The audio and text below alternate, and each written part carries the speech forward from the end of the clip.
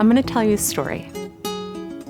Recently, I walked 156.3 miles from Albany to New York City. We are taking our first steps today on the Fever Pitch pilgrimage for climate justice and collective liberation. Each day, we walked about 15 miles, step by step, heartbeat by heartbeat, landing in local communities where we would meet with community partners to listen and to offer song. My name is Taína Asili. I'm a singer inspired by my Puerto Rican ancestors and social movements, past and present. We're in a critical moment. The world is ablaze in so many ways.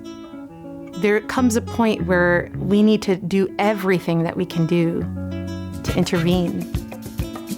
I wanted to use every facet that I had.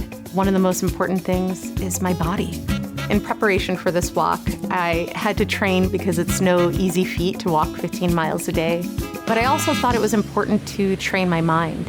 One of the ways that I did that was by listening to audiobooks by an author named Kazu Haga, who wrote of Dr. King's beloved community. And as I walked, I started to understand more about what this concept of beloved community means to me. And just like the pilgrimage, beloved community isn't about a destination. It's about a daily practice. Beloved community is a world where no one is disposable. To keep opening the circle, even when our arms or feet are tired.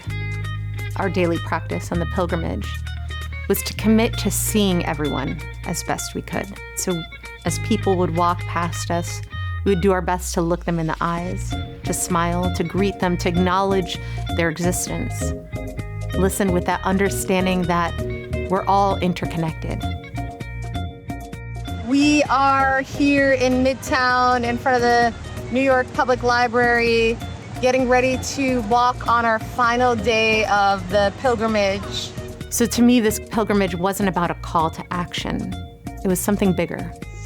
It was understanding beloved community. So now I'd like to invite you into the pilgrimage. What are the calls to action that we need in this moment? I want you to imagine them like a seed in your hands. What do we need to nurture this beautiful seedling? And then I want you to imagine the beautiful, powerful forests of beloved community that emerges.